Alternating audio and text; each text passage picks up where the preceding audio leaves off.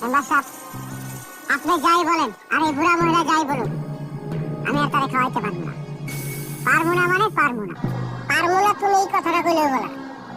তোমার মা সে যেই পর্যন্ত বাইসা আছে, মানে জীবিত আছে, খাওয়া দাওয়া ওষুধ পানি গরম পোষণ সব তোর দিতে হবে দায়িত্ব, কারণ তোর মা।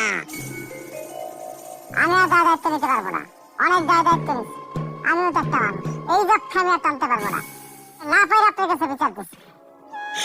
দেখছেন মেম্বার সাহেব, দেখছেন আমার বলে যক্ষা।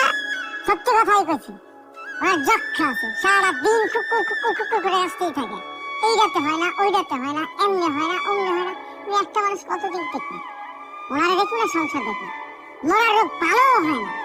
আমার উপর আল্লাহ রাস্তায় বোঝা চাপাই দেন। ঠিক আছে মেম্বার সাহেব, আমার যদি কেউ বোঝা মনে করে তাহলে তো তার সাথে আমারও থাকা ঠিক না। আমার কথা ওইটা। ঠিক আছে, কেউ যদি কেউ লগে না থাকতে চায়, কেউ রাখতে না চায়, কোনো অসুবিধা নাই। ভাবি, আপনার স্বামী যে সয় সম্পত্তি থুয়ে গেছে, এইটার ঘরের অর্ধেকে আপনি থাকবেন, অর্ধেকে আপনার ছেলে ছেলে বউ থাকবে। দানা জমি যা আছে অর্ধেক আপনি নিয়ে যাবেন আর অর্ধেক তারে দিবেন।